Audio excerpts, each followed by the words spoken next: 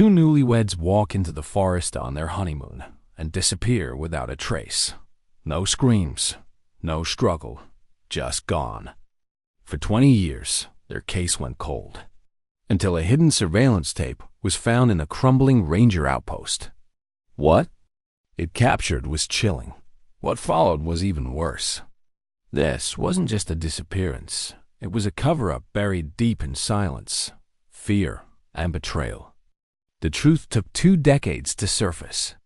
And once it did, it shook an entire town to its core. This is more than a mystery. It's a story you won't stop thinking about. Stay with us. What comes next will leave you breathless in the golden haze of a late summer afternoon in 2003. The Donovan wedding felt like something pulled from a storybook. The old barn in upstate New York, dressed in strings of warm lights and fresh wildflowers, echoed with laughter, clinking glasses, and the hopeful melodies of a string quartet. Jake Donovan, a good-natured young man with an easy smile and eyes full of dreams, had just married his high school sweetheart, Emily Hayes. Emily, with her soft-spoken voice and radiant warmth, had always had a way of making everyone around her feel at peace. Their love, the kind that had blossomed slowly over years of shared school dances, summer drives, and long-distance college calls, was something everyone in attendance quietly envied. Their families had watched them grow up together, shared summer barbecues, prom photos on front porches, and college move-ins. So when they exchanged vows beneath a canopy of oak trees and fading sun, surrounded by friends and family, there wasn't a dry eye in the field. It wasn't just a wedding, it was a celebration of 2 lives coming full circle. The reception stretched into the evening, filled with music, toasts, and the kind of dancing where shoes are quickly forgotten. When Jake and Emily slipped away into the night, waving from the back of an old, classic convertible, no one imagined it would be the last time anyone saw them again. A week later, they vanished without a trace. Their honeymoon destination was Lake Tahoe, chosen for its beauty, quiet, and the kind of peace they both craved after the whirlwind of wedding planning. Emily had always dreamed of visiting, of walking the misty forest trails, renting a canoe, waking to birdsong and mountain light. They checked into a secluded mountain lodge near the southern edge of the lake, a rustic A-frame tucked into the trees, recommended by a family friend for its charm and privacy. The lodge was the kind of place you'd find in postcards, complete with a stone fireplace, a tiny breakfast nook, and creaky wooden floors that added character rather than concern. On August 19th, 2003, they were last seen walking toward the trailhead, just before dusk. It was a popular overlook known for its sunset views. When they failed to check out 2 days later, the lodge staff grew concerned. Calls went unanswered. Their room was found just as they'd left it, suitcases neatly tucked by the wall, Emily's paperback open beside the bed. Their rental car remained parked by the trail entrance, locked and undisturbed. What began as concern quickly turned into panic. Search teams were mobilized within hours. Helicopters hovered over the dense pine canopy. Divers scanned the lake's rocky shores. Tracking dogs followed scent trails that stopped cold near the cliff's edge. But there were no signs of a fall, no broken branches, no personal items left behind. It was as if Jake and Emily had simply stepped off the face of the earth. News spread quickly. A young, beautiful couple vanishing during their honeymoon was a story made for headlines. The media descended, and within days, the Donovans' disappearance was plastered on every major network. Theories spread like wildfire. Some believed it was a tragic accident, that they'd lost their footing on a narrow ridge and fallen into a crevice too deep to recover. Others believed they'd been attacked, perhaps by someone lurking in the woods. A few whispered darker rumors, an argument gone wrong, or a lover's pact to disappear from the world. There were even online theorists who spun elaborate tales of cults, human trafficking, or planned escape. But to those who knew them best, None of it made sense. Jake and Emily were happy, deeply in love, and had every reason to look forward to the future. The investigation was relentless at first. Police examined every possible lead: gas station footage, toll booth logs, ATM activity. They interviewed hikers, locals, even guests at the lodge. Nothing. Their credit cards were untouched. Their phones had gone silent. They hadn't crossed any borders, hadn't boarded any flights. As weeks turned to months, then years, the trail grew colder. With no new leads and no evidence of foul play, the case was eventually shelved as an unresolved missing persons file. The headlines faded. The world, as it often does, moved on. But not everyone moved on. Jake's younger sister Claire was only 16 when her brother disappeared. She had adored him, looked up to him like he hung the stars. She remembered how he'd sneak her candy under the dinner table, how he cheered the loudest at her piano recitals, how he beamed when he spoke.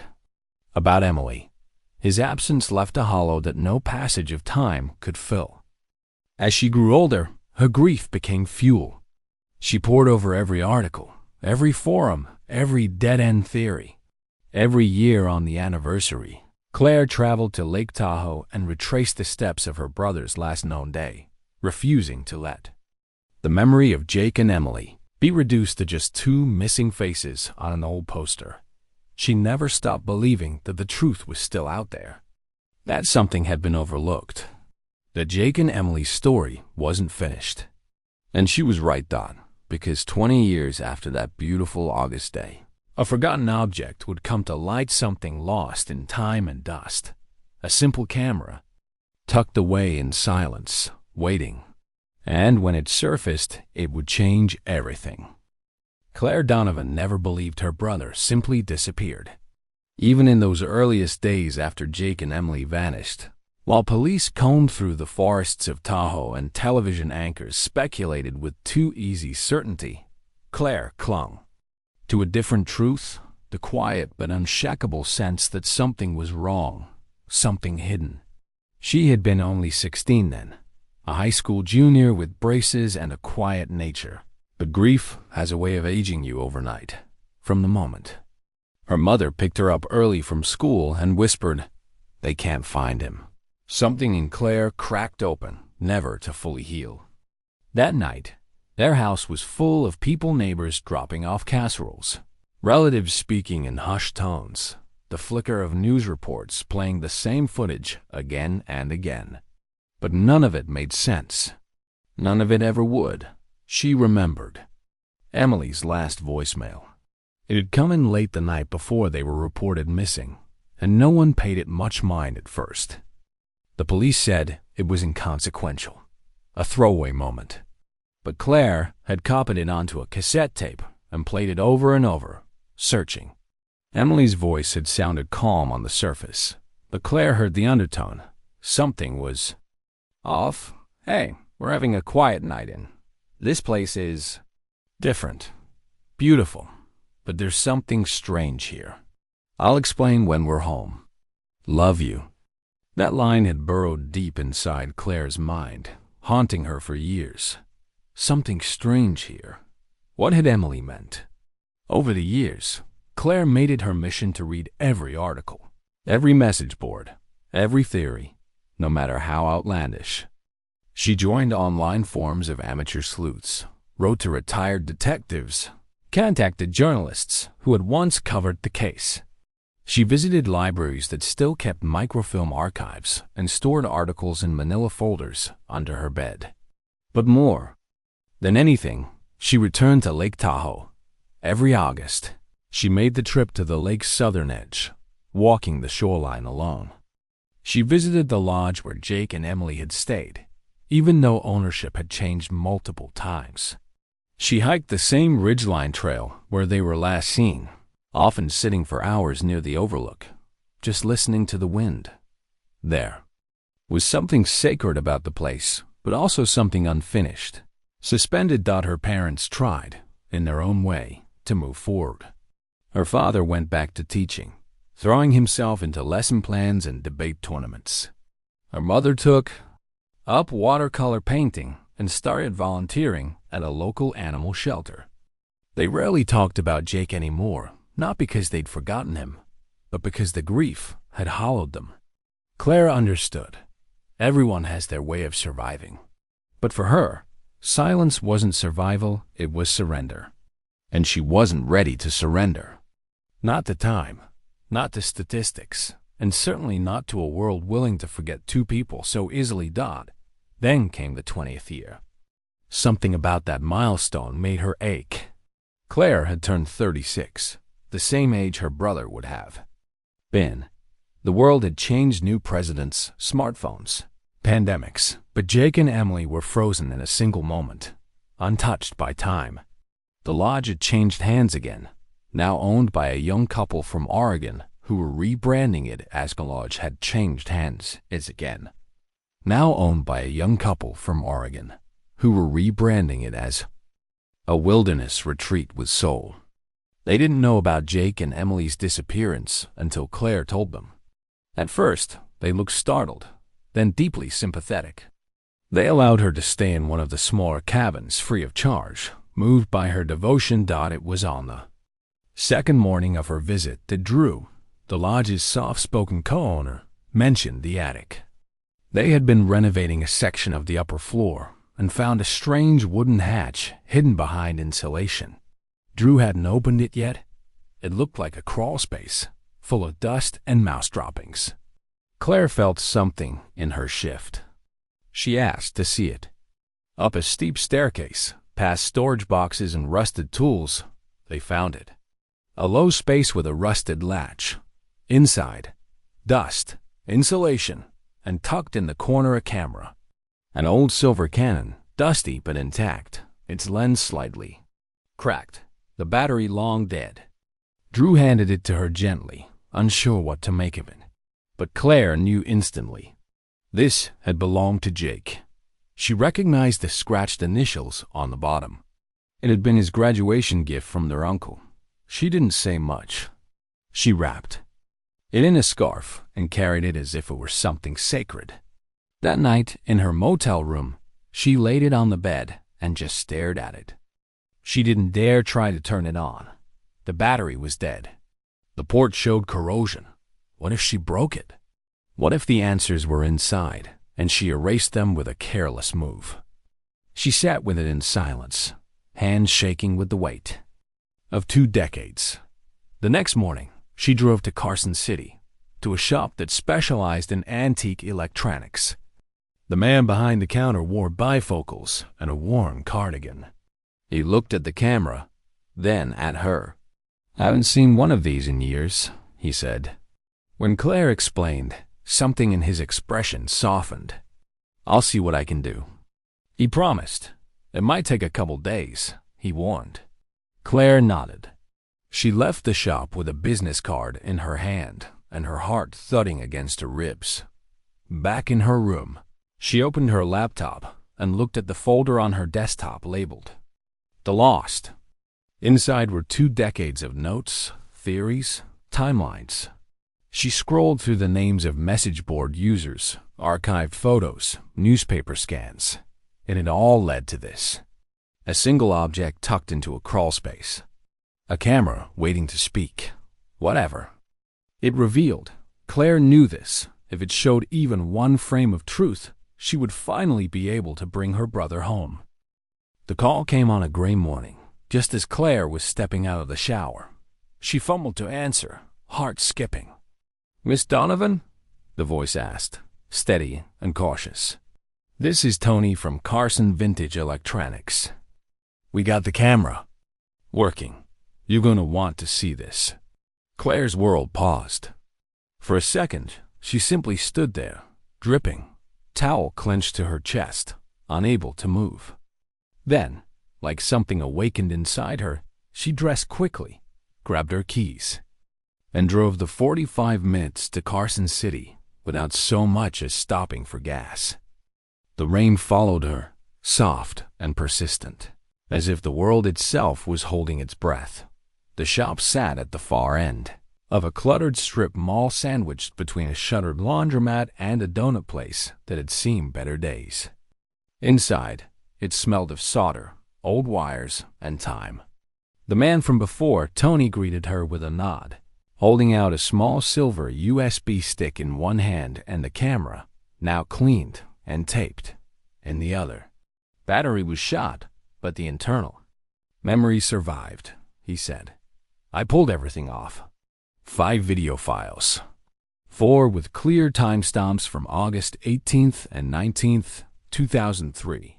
1 with no date at all. Claire took the USB with trembling hands. Thank you, she said softly. You have no idea.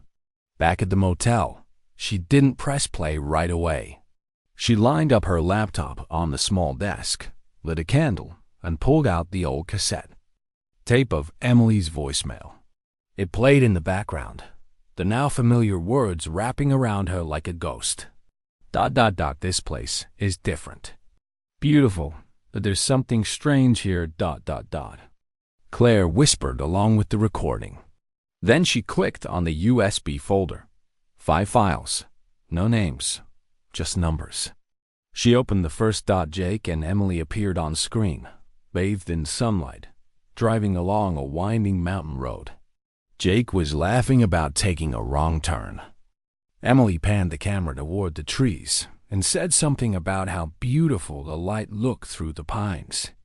Claire covered her mouth, tears pricking at her eyes. She hadn't seen either of them move in 20 years. The second video showed Emily in the lodge room, trying to light a fire while Jake teased her about her campfire skills.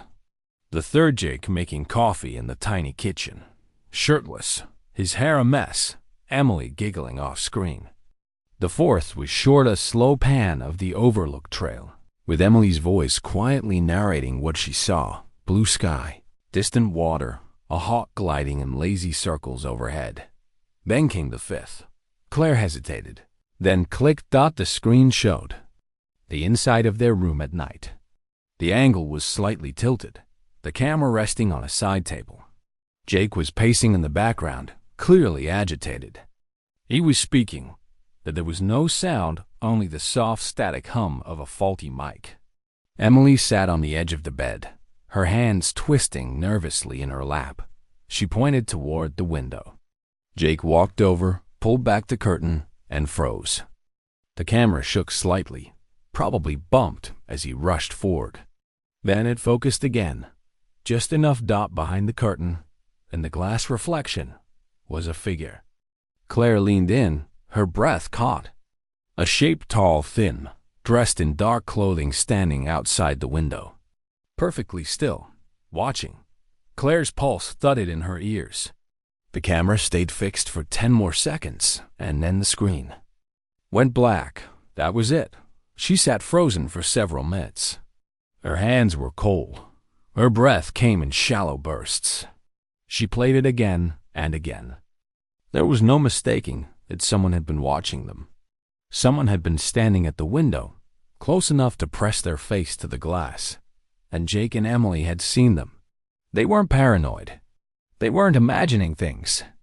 They were scared, and no one had ever seen this. The authorities had searched the lodge, combed the trails, questioned hikers, but no one had recovered the camera. It must have been kicked into that attic crawlspace during some frantic moment. Forgotten for years, buried behind insulation and time. Claire felt her stomach churn. This changed everything. The theory that they had slipped off a cliff? Gone. This was no accident. Someone had been inside that lodge. Someone had been watching. She grabbed her coat and drove straight to the sheriff's office. The young deputy at the front desk gave her the usual tired look until she said the word. Donovan. He straightened up fast. You mean the couple from 2003? Claire nodded. I have a video you need to see. Within 10 minutes, she was in a small back office with a detective who looked more accountant than cop, but his eyes sharpened when the video ended. He watched it twice, then leaned back in his chair. Why didn't we find this before? He muttered. Claire shook her head. Because no one knew where to look, The detective asked to keep the USB. Claire made him copy it, keeping the original in her purse. As she walked back out into the rain, something in her chest loosened. After 20 years of silence, there was finally a noise. A ripple in still water. Someone would have to explain this. Someone would have to answer for it. 3 days later, as she sipped coffee on the motel balcony, her phone rang. The number was unfamiliar. She answered with a quiet, "Hello?" And the voice that came through was low and gravelly. "Claire Donovan," it said. "This is Paul Hennessy. I worked your brother's case back in '03. I saw the footage. Mind if we talk?" Claire sat up straighter. "Yes," she said, without hesitation. "Yes, I do." Because now the story wasn't just hers to chase anymore. Now someone else believed her.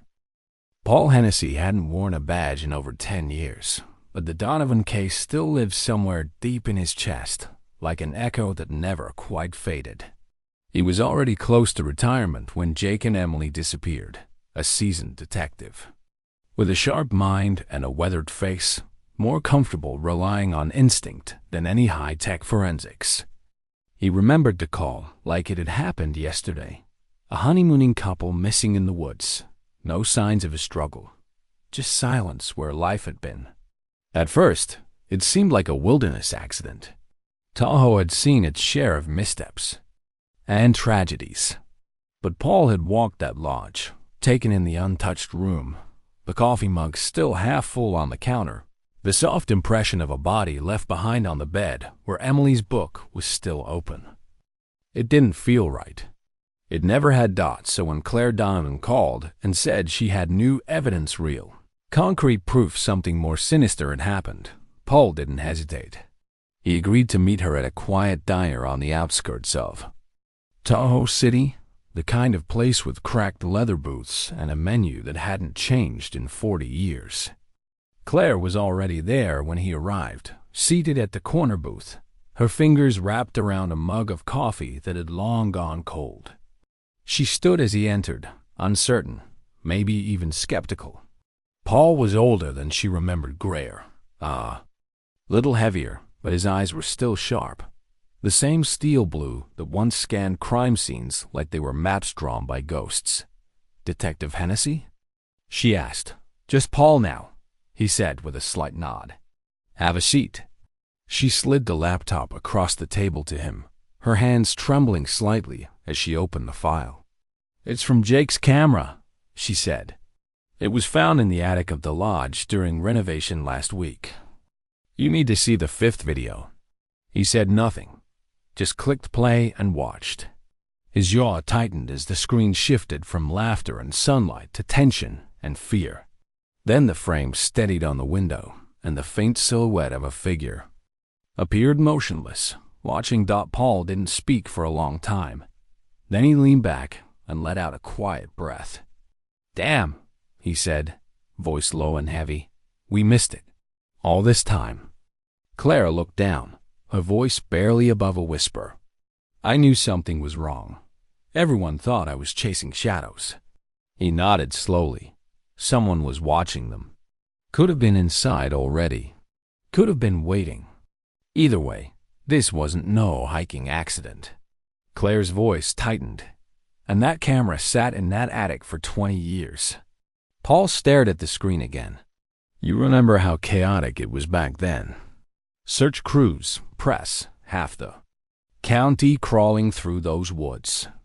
I thought we checked that room top to bottom. The crawl spaces, attics, they weren't part of our protocol back then.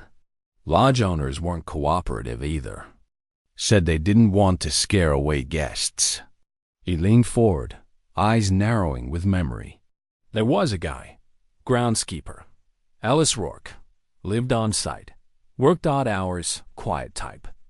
Always gave me the feeling he knew more than he let on. He quit the day after the Donovans were declared missing. Disappeared, moved out of state. We couldn't find anything to tie him to it. No record, no motive, just a bad gut feeling." Claire's hands tensed. "What happened to him?" Paul shrugged. "Last I heard, He went to Arizona. Changed his name, probably. These types don't. Tend to stay put forever. They either get sloppy or they get old. And when they get old, they talk. Claire took a shaky breath. You think he did it? I think he knows something. At the very least, he saw something. They talked for over 2 hours. Paul scribbled notes on a napkin, then pulled out an old notebook from his jacket pocket, the kind detectives used before databases ruled everything. He flipped to a page already filled with old names, addresses, timestamps. It was yellowed, some corners torn, but Claire recognized the handwriting. It was steady, deliberate. She realized this wasn't just an old man going through motions. Paul Hennessy had never stopped working the case. I kept this, he said simply. Figured one day someone come asking again. Yes, I was right. He told her about old colleagues who still worked the force, men and women who respected him enough to answer a phone call and dig quietly into records. He'd make a few calls, see if Rourke had resurfaced under a new alias. Maybe check hospital records, property, transactions. People leave digital trails, even when they think they're invisible, Paul said, and I still know how to follow them. Claire felt a swell of emotion she hadn't allowed herself to feel in years' relief, maybe even hope. You believe me? She asked, not to be dramatic, but because for so long no one had. Paul didn't answer immediately. He just looked at her, truly looked, and nodded. I never stopped believing. I just ran out of places to look. As they stepped outside, the sky was beginning to dim with early evening clouds. Paul reached into his coat and handed her a worn business card with his old number penciled in. I'll call you when I know more. Don't give this number out. Claire nodded. I won't. He paused, then added, and Claire? You did good. Most people would have given up a long time ago. I didn't know how, she said, as she watched him walk to his car. She realized something had shifted, not just in the investigation, but in her. For years, she'd been the lone torchbearer, carrying a light through the dark. But now, someone else was helping to hold it high. The path ahead was still uncertain, but for the first time in a long time, it didn't feel like she was walking it alone. Claire hadn't heard from Paul for 3 days. She told herself not to expect miracles. Tracking someone after 20 years, especially a man who'd changed names and vanished into the cracks of America, wasn't something that happened overnight. But still, every time her phone buzzed, she jumped. Every time a strange car passed the motel, her heart pounded. She'd never been close to the truth before, never this close, and now the silence felt louder than ever. When the call finally came, it was just after sundown. The sky outside her window was streaked with pink and gold, the last light bleeding into the horizon. Her phone rang once, then again. She picked up before the third ring. It's me, Paul said, his voice low, direct. I found him. Claire didn't speak. Her mouth had gone dry. She sat down on the edge of the motel bed. Where? She asked. Outside Flagstaff, Arizona. New name, Richard Ellman. Works maintenance at a seasonal campsite. Off-grid. Cash payments. No digital footprints since 2005, but a friend of mine. In the DMV found a match from an old expired ID. Facial recognition confirmed it this morning. He paused. It's him. Ellis Rourke. Claire closed her eyes. She could hear the blood in her ears. Does he know we're looking? Doubt. It. People like that don't check their rearview mirrors unless they've got something to hide. Then we go, she said. Paul didn't answer right away. Then, you sure? I've waited 20 years.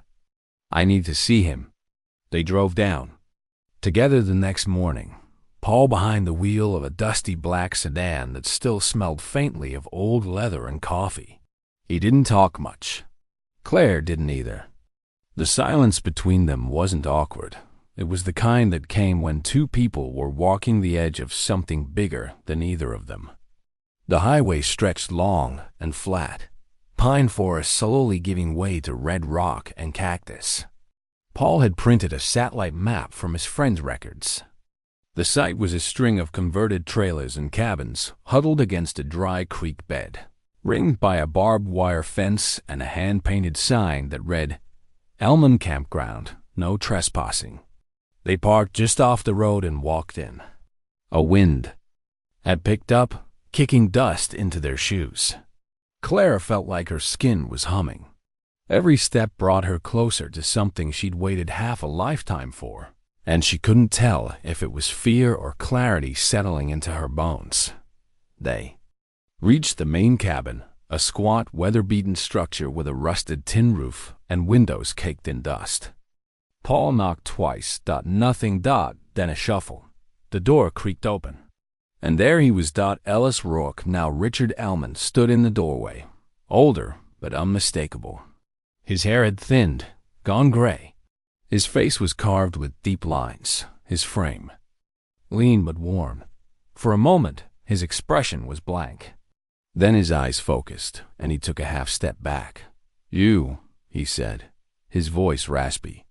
"You're the cop." Paul didn't flinch. "And you're the man who ran." "I didn't run." Claire stepped forward. "You remember Jake and Emily Donovan?" Rourke's eyes flicked to her, then away. His jaw clenched. Paul crossed his arms. "We're not here to play games. We found something. Their camera. There's footage." Rourke didn't move. His breath hitched slightly. Paul went on. "You were on duty that night. You had access to the master keys. You lived on the property. And the next day, you vanished. I didn't touch them." Rourke said quietly, "But you saw something." Claire pressed. The silence stretched. Then, slowly, he opened the door wider. "Come in," he said. Inside, the cabin was sparse.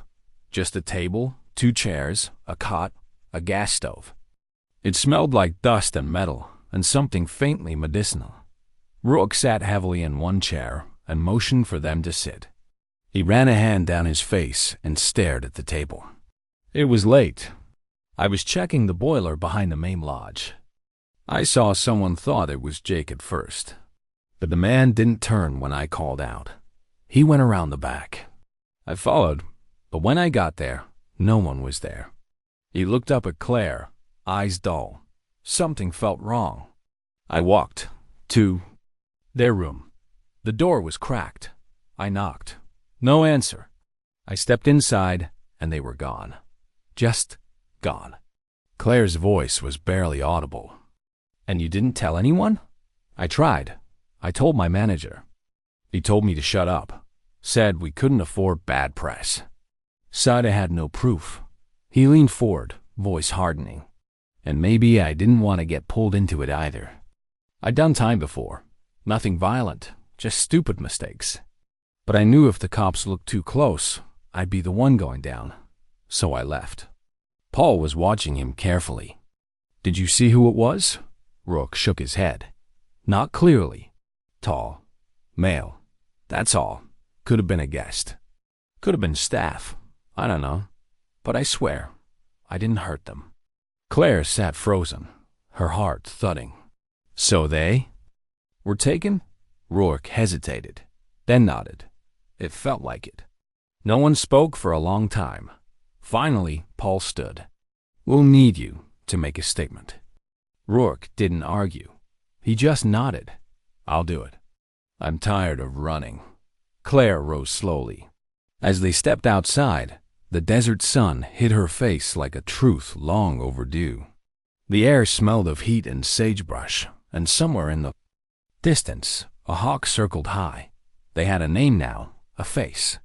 A piece of the past no longer buried. And for the first time in 2 decades, the truth wasn't just a hope, it was beginning to take shape.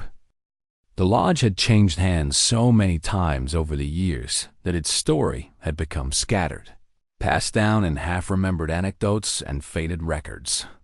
What had once been a quiet mountain getaway nestled in the tall forest now operated under a new name with slick branding and a slogan that promised retreat and renewal in the Pines.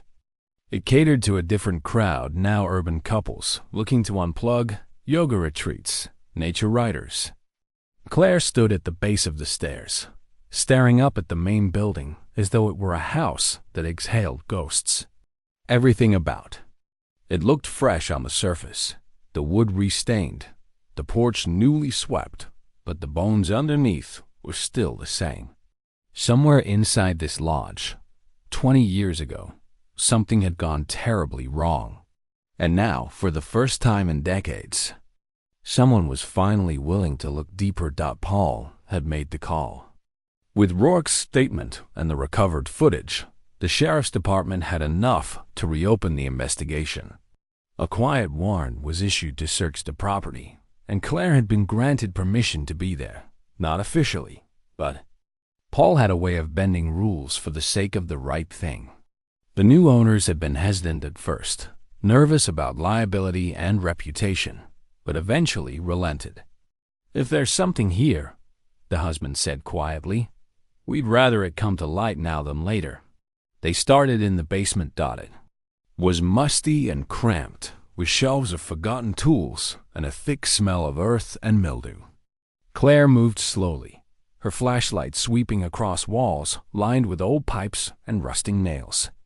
Paul followed behind, silent, steady. She had walked this lodge before, years ago, but only as a visitor grieving a brother. Now she was something else entirely, someone seeking the truth not in theory but in brick and beam. One of the deputies tapped a section of the far wall. "Hollow," he said. Claire moved closer. It was behind a stack of unused chairs, a section of drywall that didn't match the rest of the paneling. Newer, less aged. "Could be nothing," Paul muttered. But his voice lacked conviction. The deputy pried at the edge with a crowbar. With a groan, the panel gave way, revealing a narrow doorway behind it. Claire's stomach turned. The flashlight beam cut through. Dust and darkness, landing on a small hidden room no bigger than a walk-in closet, with concrete walls and no window. It smelled old and closed, like time had curled up and died inside. At the center was a rotting chair, and beside it, a rusted metal box. Nobody spoke. Claire stepped inside first, the silence thick in her ears. The room had no light fixture, no markings. Just walls. Paul crouched beside the box, gently pried it. Open. Inside were papers water-damaged, yellowed with age and something else. A necklace. Claire gasped. She recognized it instantly. A delicate silver chain with a turquoise pendant. Emily's. She had worn it the day she left for the honeymoon. Claire had helped her pack. "This goes with everything," Emily had said, laughing. And now, here it was, in a sealed box, hidden behind a false wall. Paul handed it to her wordlessly. Her fingers closed around it as tears filled her eyes. "She was here," she whispered. They were here. The papers, once carefully folded, were partially destroyed by time and moisture, but some of the writing remained legible. The name Jake Donovan appeared on one, a printed intake form, like something out of a visitor log. Dated August 19th, 2003, a timestamp. A signature box. But the signature wasn't Jake's. Claire knew his handwriting. "This was someone else's. This is staged," Paul muttered. "It's fake. Someone filled this in after the fact. Made it look like he checked out." A second.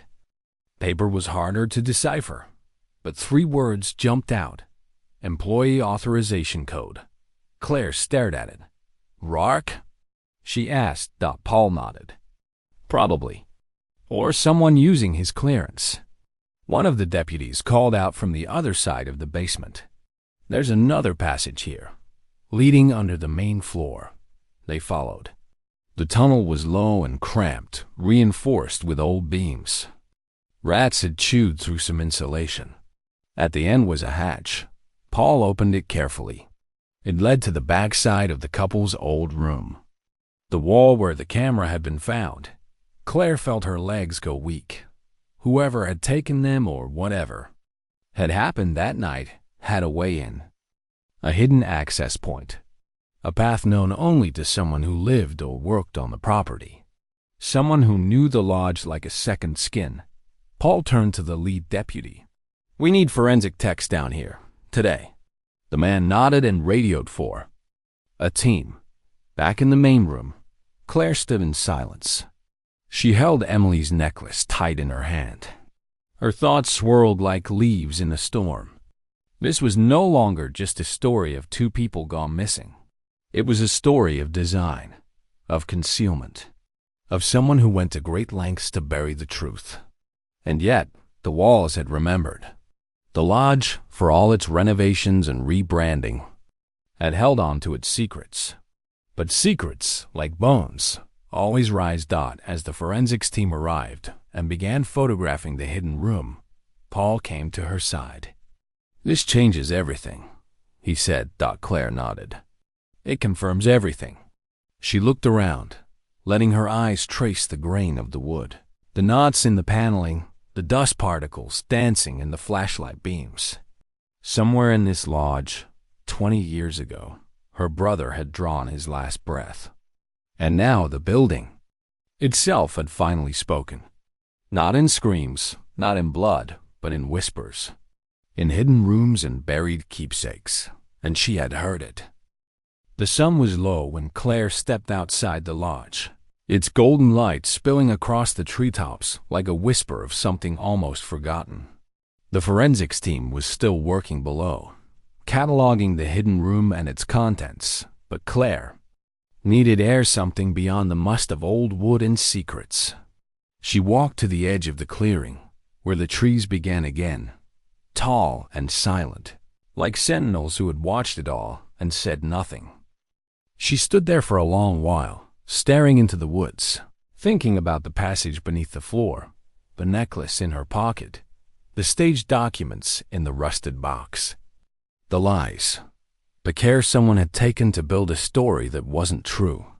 She wondered how many more pieces had been left to rot beneath that roof, how many other truths had been quietly plastered over like that hollow wall. She heard a crunch behind her and turned. Paul was walking up slowly, his face lined with the weight of everything they'd uncovered. He said nothing, just offered her a water bottle. Claire took it, nodded, drank without speaking. Then, from the woods to their right, came a sound brief, but sharp, a branch breaking. They both turned. At first, it seemed like maybe an animal, a deer or raccoon. But then the movement came again, deliberate, slow. A figure stepped between the trees, emerging into the clearing just far enough for the light to catch her face. She was older, maybe late 50s, with tangled gray blonde hair and sunburned skin. Her clothes were worn layers of fabric pulled together like armor, hiking boots caked with mud. She held something clutched in her hand, something wrapped in cloth. Her eyes met Claire's, and for a moment, no one spoke. Then she said, in a voice that sounded cracked from years of disuse, "I saw them." Claire's pulse jumped. "You saw who?" The woman looked down, nodded to herself like she'd rehearsed this in her head 1,000 times, and now finally dared to speak. It aloud. "Back then, the couple, they came through the trail. They were laughing, holding hands." She looked up again, eyes glassy. "Then I heard the screaming." Paul stepped forward gently. "Ma'am, who are you?" "My name's Willa. She?" "Sod. I used to live up here, in a cabin. It's gone now. Fire took it in '07, but I was here. I stayed in the woods, off-grid. People thought I was crazy. Maybe I was. Maybe I still am. But I know what I saw." Claire's voice was barely steady. "Tell us." Willa looked between them, then lowered herself to the ground with a sigh, resting against a rock like someone preparing to dig deep. It was the night they disappeared. August, warm and quiet. I was coming back from the ridge where I kept my rain catchers. I heard a noise loud, sharp, a man yelling, then a woman. I thought it was a fight, maybe. I stayed low, near the ridgeline. That's when I saw the light in the woods. Paul frowned. A flashlight? No, a lantern. One of those old kinds. Kerosene, maybe. There were two men, one tall, the other limping. They were dragging something. Claire felt the breath leave her body. Dragging what? Willa's eyes filled. The man first. He wasn't moving. The girl was trying to fight. She was screaming. For help. Willa looked down, voice trembling. But I didn't go. I didn't help her. I was scared. Claire knelt down in front of her, eyes locked. Do you remember anything else? What they looked like? What they were wearing? One of them wore a maintenance vest, like from the lodge. Orange, reflective stripes. The tall one, he wore gloves, even though it was hot. Like he didn't want to leave prints. Paul took a slow breath. Do you know where they went? Willa pointed behind her, toward a narrow path hidden by brush. There's an old fire trail back there. Leads down toward the quarry. It's overgrown now. Haven't walked it in years. But it used to be passable. Claire stood. Show us. They moved through the trees, Willa leading with surprising agility despite her age. She knew the forest like it was part of her. Every turn, every rise. After nearly 10 minutes of walking, they came to a break in the trees where an old access trail lay mostly swallowed by undergrowth. The air grew cooler here, dense with shade. At the bottom of the slope lay the mouth of the old quarry, abandoned now, silent but immense. A yawning bowl carved out of the earth, its bottom lost to shadows. They went that way, Willa said softly. I remember the sound of the cart wheels. Paul scanned the area. There could be evidence down there. Ground disturbed. Maybe something buried. Claire's voice was barely audible. We need a team, Paul nodded. We'll call it in. But Claire stayed still, staring into the quarry's pit. There was a weight in her chest that hadn't been there before, a pull like gravity, like something unfinished calling out. She didn't know what they'd find down there, or how far the trail of bones and lies would stretch. But Willa's appearance wasn't coincidence. Not after 2 decades. Not now. She'd held on to this truth for years, buried under silence. And shame, and something had finally pushed her to speak.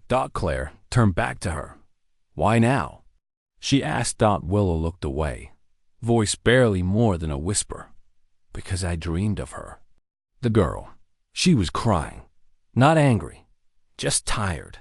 Like she needed someone to finally hear her. Claire closed her eyes. She had heard her, and she wasn't turning away. The old quarry yawned before them like a wound in the earth, vast, silent, and forgotten. Long ago, it had served the county's road projects, providing stone for highways and retaining walls. But it had closed before the turn of the millennium, abandoned when the rock veins thinned and the budget dried up. Now, it was just a hollowed-out bowl in the forest, half reclaimed by moss and silence, its machinery rusted, skeletal, left to decay like an old secret. Claire stood on the rim and stared down into it, her arms folded tightly against the wind. The air here smelled different, cooler, with an edge of something old and metallic. The kind of smell that rose from things buried a long, long time. Willa had returned to town with a deputy for questioning, but Claire and Paul remained. A forensics crew was en route, dispatched by Paul's contact in the sheriff's office, who was now quietly treating the case as a cold case homicide. No media yet, no press. Just boots on the ground, whispers over radios, and 20 years' worth of silence threatening to crack open. Paul crouched near the edge, scanning the ground. With a trained eye. Look here, he muttered. Discoloration in the soil? That patch near the scrub pine. Like it was dug up once, then filled back in. Claire moved beside him, heart hammering in her chest. Could be animals. Could be, he said, but his tone lacked belief. The team arrived an hour later, 2 forensic techs, a geologist, and a cadaver dog unit. Claire watched in quiet tension as the group descended into the pit, equipment slung across their backs, the dog already alert and eager, nose down, zigzagging with purpose. Minutes passed. The geologist began probing the soil near the discolored patch, inserting a thin rod and twisting gently. After the third test, she looked up and gave a nod. Disturbed layers. Something's definitely been buried here. Claire swallowed hard, fingers tightening around her jacket cuffs. The cadaver. Dog barked once. Then again. It began to paw at the earth, circling a 6-foot area with increasing urgency. The digging began carefully, inch by inch, hands brushing away decades of sediment. The occasional clink of rock, the buzz of insects stirred from their hiding places. Time slowed. The sun dipped lower, casting long shadows across the quarry floor. And then, just as the light began to turn gold, a hush fell over the pit. One of the techs knelt, hands frozen in the dirt. We've got something. Paul and Claire descended together. What they saw would stay burned in their minds forever. Scrap of fabric sun-bleached, fragile, but unmistakably man-made. Beneath it, bone. A wrist. Then part of a rib cage. Nearby, a second set. Smaller, positioned differently. Like someone had tried to separate them. 2 people buried in haste. And fear, covered by the forest's slow attempt to forget. But the earth hadn't forgotten. It had waited, held them until someone came looking. Claire's knees gave out, and she sank slowly, not from weakness, but from reverence. Her breath caught in her throat as she stared at what remained of her brother, at what remained of Emily. The necklace she'd found in the hidden room suddenly felt heavier in her pocket. Not just a clue now, but a relic of final breadcrumb leading them here. Paul knelt beside her. He didn't speak, didn't offer comfort that would feel hollow in the face of such loss. Instead, he simply placed a hand on her shoulder and let the silence settle between them. A silence of finality, of discovery, of justice, long delayed. 4 hours, the team worked methodically, documenting every inch, every artifact, every bone. Fragments of clothing were recovered. A bracelet, a partial shoe sole. Tiny things, but pieces of a bigger picture. Near the edge of the grave, wrapped in rotting plastic, they found the broken remains of a camera tripod snapped, bent unnaturally. Not far from it, a scrap of paper, water-stained but faintly legible. A page from a journal. Emily's handwriting, still careful and flowing even through the grime. The words, half lost to time, read, "He's watching us again. Jake says I'm imagining it, but I know what I saw." Claire wept, not the kind of weeping that burst forward, loud and dramatic, but the slow, shaking kind that took over the body in waves. Paul said nothing. No one did. Even the techs, seasoned as they were, moved with quiet reverence. They all understood that they weren't just uncovering remains. They were restoring humanity to something that had been stripped away. As night fell, portable lights were set up. The dig continued under the humming glow. One of the techs approached Paul with a clipboard. "We'll send everything to the lab tonight. ID will take time, but based on what we've recovered, there's no doubt." Paul nodded. "And the cause? Still early, but signs of blunt force trauma. On both skulls, defensive wounds. It wasn't quick." Claire turned her face to the sky, blinking through tears. The stars were coming out now, tiny and countless. Somewhere up there, she'd always hoped Jake and Emily had found peace. But now she knew the truth. And while it broke her, it also gave her something she hadn't had before: certainty. They hadn't run. They hadn't gotten lost. They had fought. They had screamed. And they had left behind traces however faint, for her to follow Dot as the crew packed up and the pit was marked off for the night. Claire stood near the tree line. The same forest that had swallowed her brother now felt strangely open, exposed, like it had given up its secret. At last Paul joined her. "You brought them home," he said softly. "No," she said. "They brought me here." And as the wind rustled through the pines, Claire knew she wasn't done yet.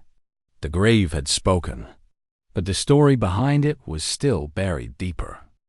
The morning after the bodies were unearthed, Claire sat on the back bumper of a ranger's truck, cradling a cup of bitter coffee that had long gone cold.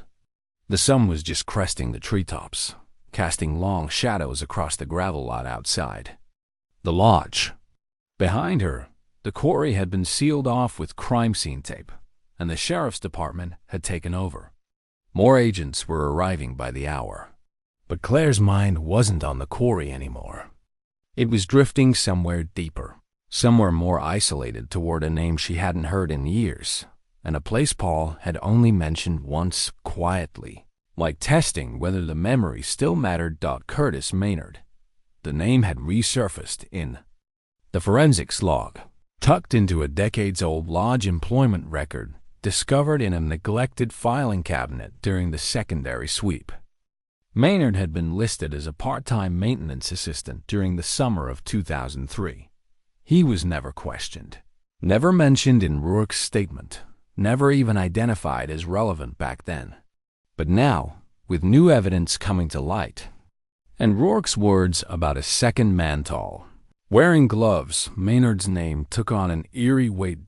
Paul handed her a manila folder as he approached.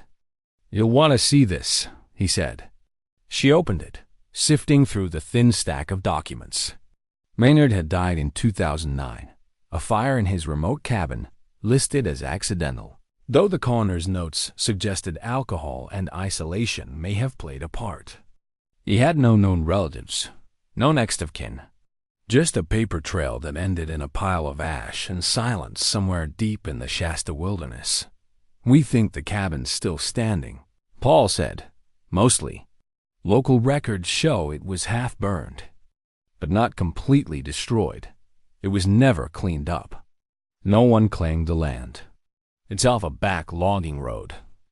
We can be there by mid-afternoon." Claire didn't hesitate. "Let's go." The drive took hours. Winding roads gave way in narrower, rougher terrain until eventually they left the car and hiked the last half-mile in silence. The forest here felt different, denser, more withdrawn. No trail signs. No bird song. Just the crunch of leaves beneath their boots and the whisper of wind through high branches.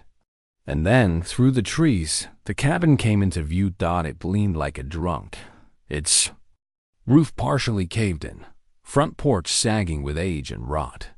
Scorch marks blackened one side of the frame, and a rusted stovepipe jutted from the top like a broken finger. Claire's breath caught in her throat.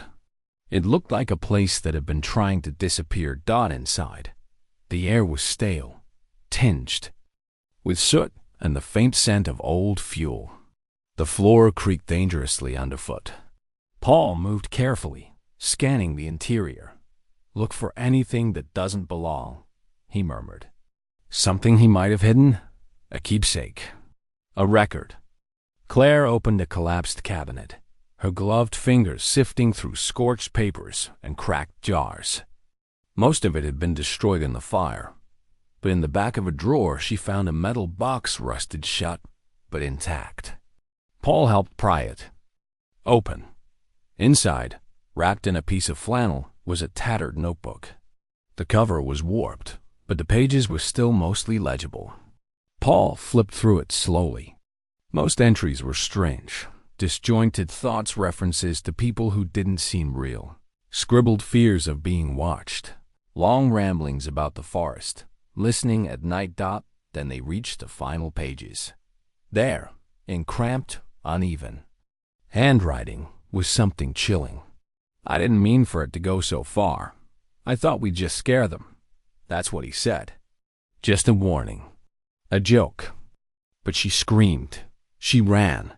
and he hit her. So hard. I told him to stop. He laughed. He said no one would find them. And then he made me help.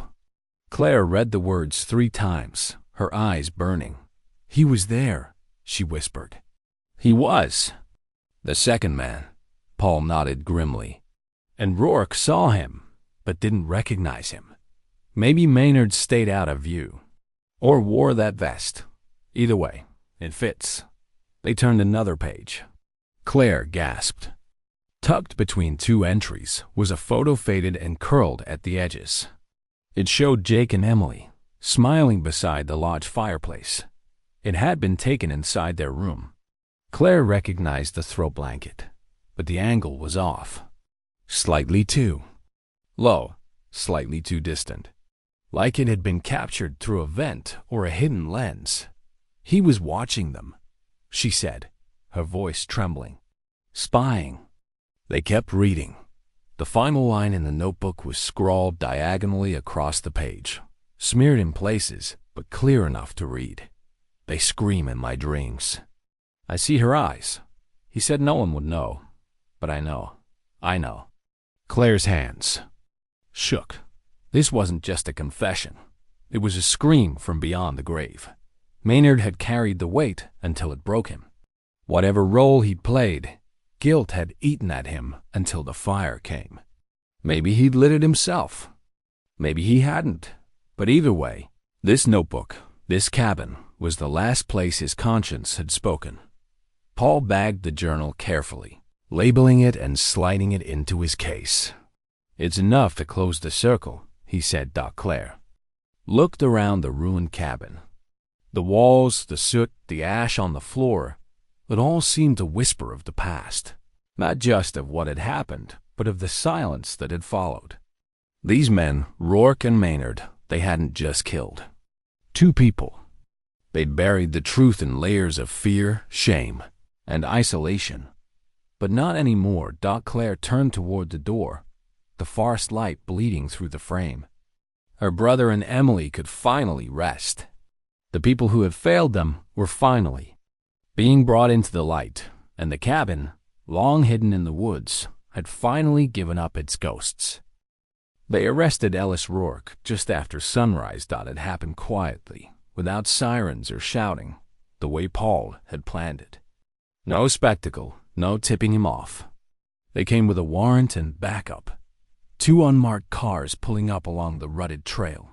Near the makeshift campground where Rourke had been living under the name Richard Ellman. He didn't run. He didn't speak. He just stood there, hands in the air, his sun-leathered face blank as the cuffs clicked into place behind his back.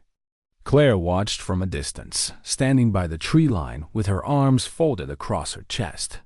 She wasn't sure what she expected. Maybe a fight. Maybe a flicker of regret. But there was nothing. Just the slow turn of his head. The flat gaze. That met hers for a split second before he was guided into the back of the patrol car. She stayed still until the vehicle pulled away, the dust settling in its wake. Paul came to stand beside her, his expression unreadable. "It's done," he said. But Claire knew it wasn't. Not yet. The evidence had been overwhelming. The hidden room beneath the lodge. The staged documents. The surveillance footage recovered. From the camcorder, the frame-by-frame capture of someone slipping into the cabin through a rear access point while Jake and Emily slept.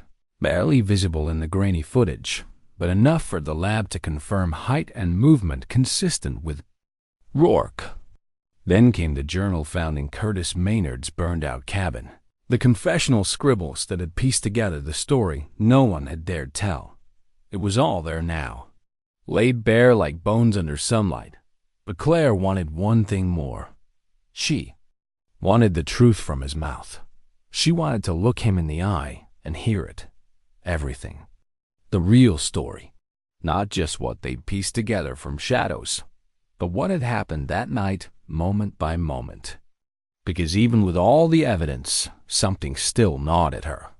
Something about the cruelty of it, the way it had been, hidden so carefully, buried under so much calculated silence.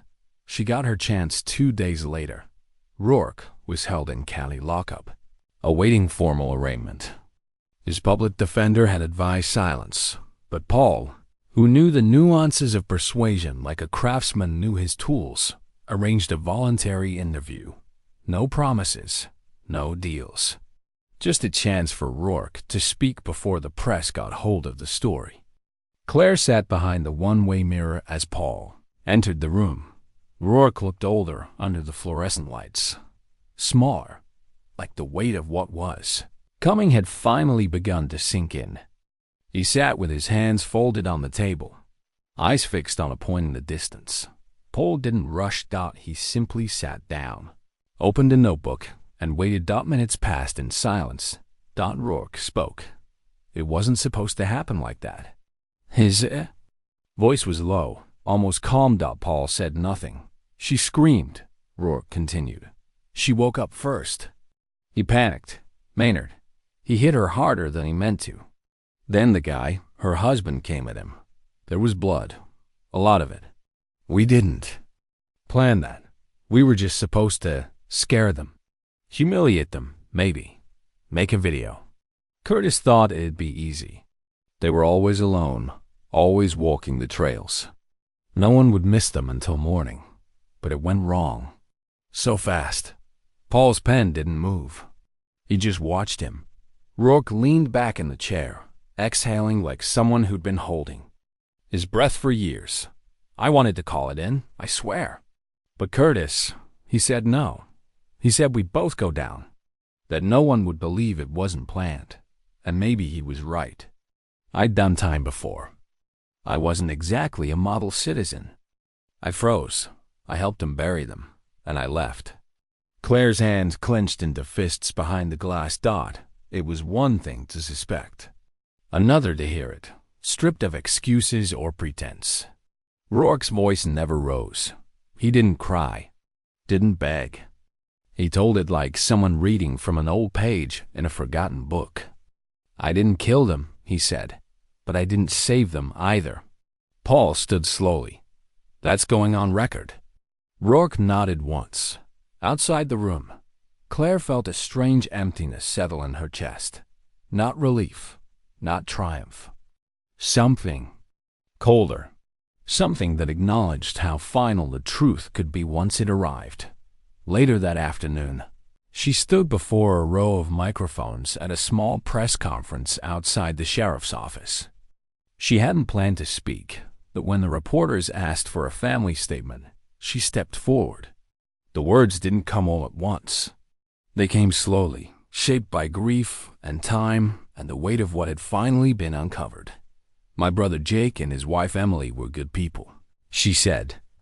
They were kind. They were in love. They deserved a long, beautiful life together. Instead, they were taken in a moment of cowardice and cruelty. For 20 years, we didn't know where they were. We didn't know what happened. But we never stopped searching. We never stopped believing they deserved the truth. And now, we have it. She paused, her voice thick with emotion. I want to thank the investigators who refused to give up. And I want to say this to anyone who's still waiting for answers. You keep going. You keep digging. Because sometimes, even after 20 years, the truth can still rise. The cameras flashed. The air buzzed with questions. But Claire stepped back, letting Paul field the noise. She had said what she needed to say. As she walked away, the sky above the courthouse began to shift gray, giving way to soft light. The kind of clearing that came after a long storm. The case wasn't over. The trial would come. The details would be pored over by juries and journalists. But for Claire, the heavy door had finally opened. Justice wasn't always loud. Sometimes. It was a quiet room, a single voice, and the courage to face the darkest places and walk out with the truth. It had been 3 weeks since the arrest, but time felt different, now thicker somehow, like the air around Claire moved more slowly. The press had moved on. The headlines faded beneath newer tragedies, and yet the story hadn't left her. It clung to her quietly, woven into her mornings and tucked behind her dreams. She had gone home to Portland for a few days, tried to sleep in her old bed, walk her old street, make coffee the same way she used to before everything was unearthed. But nothing tasted quite the same. Nothing sounded as quiet as it once had. Some truths don't just change your understanding, they rearrange the world entirely. Now she stood once again at the edge of the forest, just outside the boundary of the old quarry. The trees swayed above her, whispering in the wind, their branches creaking like old bones stretching. The crime scene tape had been removed. The pit was still marked with wooden stakes and red flags, but it had been backfilled gently with care. No gravestone, no marble. Just a patch of soil slightly darker than the rest. Claire had brought 2 wildflower bouquets, one for Jake, one for Emily, and placed them side by side atop the earth. She crouched there a while, tracing her fingers through the dirt, brushing away leaves that had begun to gather. The forest was already trying to take it back, to fold it into memory. But she wouldn't let that happen. Not yet. She spoke softly, not because she thought anyone could hear, but because it felt right. "I found you," she said, voice steady. "I told you. I would, didn't I? All those years, all those nights wondering if I was just chasing a ghost. But you weren't gone. You were just waiting." The wind rustled, and for a moment she thought she heard Jake's laugh. Just for a second, just like it had sounded on those summer nights when they were kids catching fireflies behind their parents' house. She smiled, a small one, then reached into her coat pocket and pulled out the necklace, the one with the sun-shaped pendant. She'd cleaned it gently, polished the metal with care. It glinted now in the dappled sunlight like it was new again. "This belonged to Emily," she whispered. "I thought maybe you should have it." She laid it gently between the bouquets, nestled in the grass, the metal warm from her palm. It looked right there, like something that had finally come full circle. Behind her, footsteps approached slowly. Claire didn't turn. She knew it was Paul. He stood beside her, hands in his coat pockets, eyes fixed on the flowers. "They were young," he said. "Too young." Claire nodded. "But they mattered. Even now. Even after all this time, they still mattered." Paul knelt down, brushing aside a branch. "You gave them a voice again." "I just listened," she said. "They were always speaking. We just hadn't learned how to hear them yet." He let out a breath. "I keep thinking about Curtis Maynard. All those years, living alone, carrying that secret. And Rourke moving through life like it never happened. Like he could just bury it deep enough that it would stay quiet." "It almost did," Claire said. "But some truths rot if you keep them buried. They start to poison everything." The silence returned, not heavy this time, but soft. Healing. Paul eventually stood and looked toward the trail. "The prosecutor wants to talk next week. Said they might offer Rourke a deal if he pleads guilty. Life, no parole." Claire didn't react. "He won't see the sky again. That's enough." Paul hesitated. "You sure you're ready to leave this place behind?" She finally rose to her feet, brushing her hands clean. "No," she said honestly.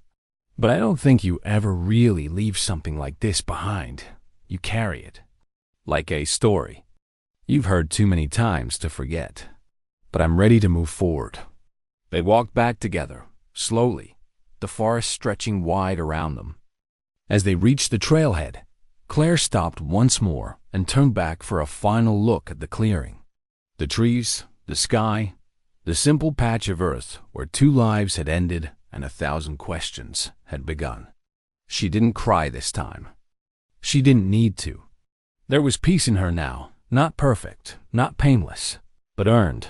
On the drive back, she looked out the window as the mountains rolled past. She thought about the years she had spent haunted by unanswered questions, the boxes of her brother's old things she'd kept sealed in her attic, the dreams where he appeared on the edge of a memory. She thought about how long it took to get here, not just the miles, but the grief, the doubt, the exhaustion. And she thought about every person out there who still didn't know what had happened to someone they loved. She hoped they kept asking. She hoped they kept digging, because some stories don't want to stay buried. Some stories wait, like roots beneath the surface, ready to rise the moment someone dares to search. Back in town, the sky had shifted to gold, casting long shadows across storefronts and sidewalks. Claire didn't go home right away. She stopped at the diner where she and Jake used to get milkshakes every summer. The red stools still lined up just like they had been 20 years ago. She took the corner booth, ordered 2 milkshakes, 1 chocolate, 1 strawberry, and sat in silence for a while. 1 glass she drank, the other she left untouched. And when she walked out, the bell chimed gently behind her. The past wasn't chasing her anymore. It was walking beside her, quiet now, but never forgotten. The autumn air had begun to shift, carrying with it the scent of pine and firewood, the kind of Christmas that settles in small towns just before the first frost. Leaves swirled lazily along the sidewalks of West Pine, golden and brittle, painting the streets with color as if the trees were letting go in slow motion. The town hadn't changed much in 20 years. Some storefronts updated. A new coffee shop where the old video rental place used to be. But in so many ways, it still held the shape of that summer long ago. Except now, everyone looked at it differently. Because now they knew what it had once hidden. Claire stood in front of the community center, holding a folded piece of paper in her hands, the ink still fresh from the typewriter she'd insisted on using. Something about the weight of real keys, the sound of each letter striking, had helped her find the words. Tonight was the dedication.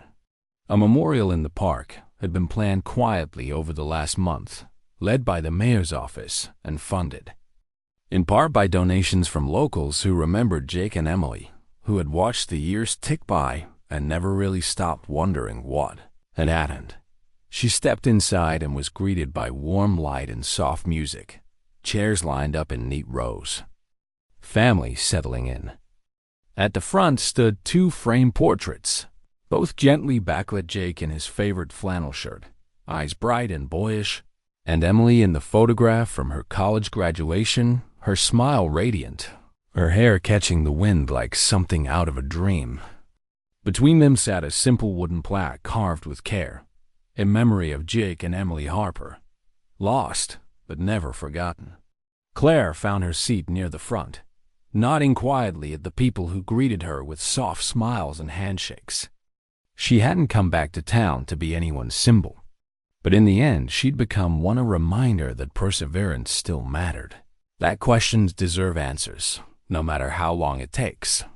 When the mayor introduced her, there was no dramatic preamble, just her name and a gentle gesture toward the podium. Claire rose and walked forward slowly, her heart steady, her footsteps soft on the hardwood floor. She unfolded her paper, looked out across the faces, some familiar, others new, and began. 20 years ago, she said, my brother Jake and his wife Emily came to this town on their honeymoon. They were full of hope, full of dreams. They checked into a quiet little lodge at the edge of the woods and never came back. For years, we waited. We searched. We asked questions that had no answers. And for a long time, it felt like they had vanished into thin air, but they hadn't. She paused, letting the words settle. They were taken. Their lives were stolen. Their voices silenced. And for too long, the truth lay buried beneath fear and lies and forgotten trails. But the thing about truth is it waits. It waits in old tape reels, in dusty notebooks, and the guilt people try to drink away. It waits until someone refuses to let it stay hidden. Her throat tightened, but she didn't stop. I'm not a detective. I'm not a hero. I'm just someone who loved them. And I believe love doesn't end when someone disappears. It keeps searching. It keeps reaching. And sometimes, if you're lucky, it finds a way. She looked toward the photographs. This memorial isn't just for Jake and Emily. It's for every family still waiting. For every mother who wakes up wondering. For every sister who refuses to stop asking. It's a promise that they are not alone. She folded the paper and stepped down. The silence that followed wasn't empty. It was reverent, thick with the weight of memory and meaning. And then came the soft sound of applause. Not loud, not triumphant, but steady, sincere. Afterward, people came up to her one by one. Some offered stories of Jake and Emily, brief encounters, smiles exchanged at the lodge desk or laughter overheard near the lake. Others simply took her hand and said thank you. She didn't need much more than that dot outside, beneath a canopy of fading stars. Claire walked slowly toward the new stone bench that had been installed at the trailhead near the park. It overlooked a quiet stream and faced the woods. The same woods that had once swallowed her brother. The same woods that had finally given him back. She sat, pulling her coat tighter around her, listening to the water as it trickled over smooth rocks. She reached into her bag and pulled out a small journal. The new one she had started after the investigation ended. Its first page was dated the day after the arrest. Since then, she'd filled it with letters to Jake and Emily, things she never got to say, memories that had surfaced unexpectedly, details she wanted to keep from fading. Tonight, she added one. Final entry. We found your truth, she wrote. It took 20 years, but the silence finally broke.